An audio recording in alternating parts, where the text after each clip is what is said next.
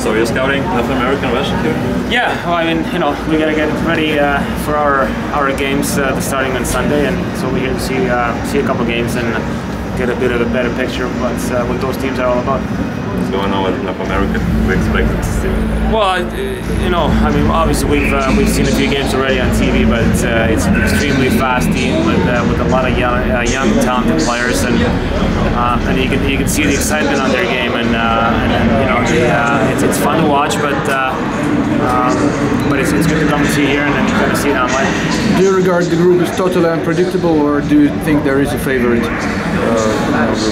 Well, I mean, usually when it's before the tournament, you always look at the paper and the previous year and the scoring and the players that played big minutes and big roles in teams, and obviously I think we have the favorites still being Canada, USA, the Russians and play, but obviously the game is played on the ice, and a lot of times there will be surprises, and then we'll see how it's going to go.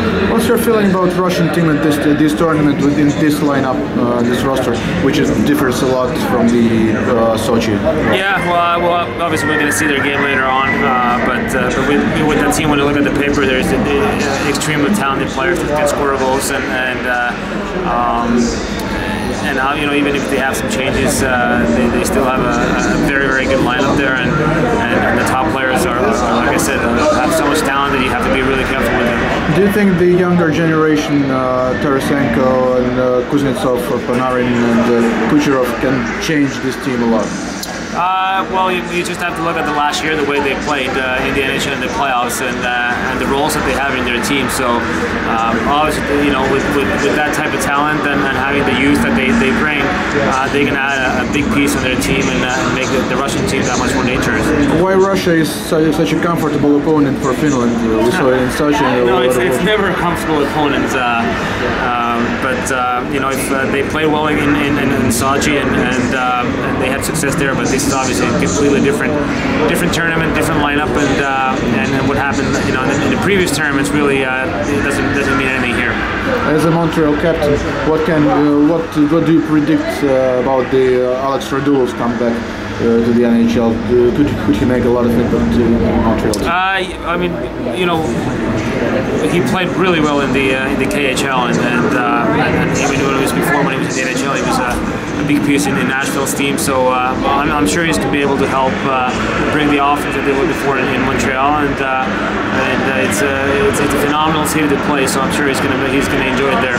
Are you surprised that he and Ilya Kovalchuk are not here? That's something that I can't really. I mean, yes, they are great players, and but there's a reason why they're not here, and that you have to ask their coaching staff. Can you say a few words about your role now in the Finnish team? Yeah, this is the first time that we're part of the management for Finnish team. Myself, Timonen, and Laine, and we're all part of the management, the coaching staff, and more of advisors for the coaches and kind of mentors for the players. We have a very young team right now, and only one player from 2004 World Cup, so this is a new experience for a lot of the guys, and we're here just trying to make the adjustment and as easy as possible, and then make sure that the team is ready when the tournament begins on Sunday for us. Do you keep in touch with Vladimir Yurzinov? We do. I do. He comes to Finland every now and then. Goes between Russia, Switzerland, Finland, but saw him in the summertime and usually a couple times a season. Do you know that his son is coaching Chinese team in KHL right Yes, now? I did read about that, and I actually saw his son in my hometown in the summertime when he was spending his summer there. So happy for him that he got a new opportunity to coach again, and hopefully do well. What do you think about it? Just the Chinese experience. That's obviously something new and interesting, but we'll have to see how that's going to turn out. So what about last night's game and overall 3 games?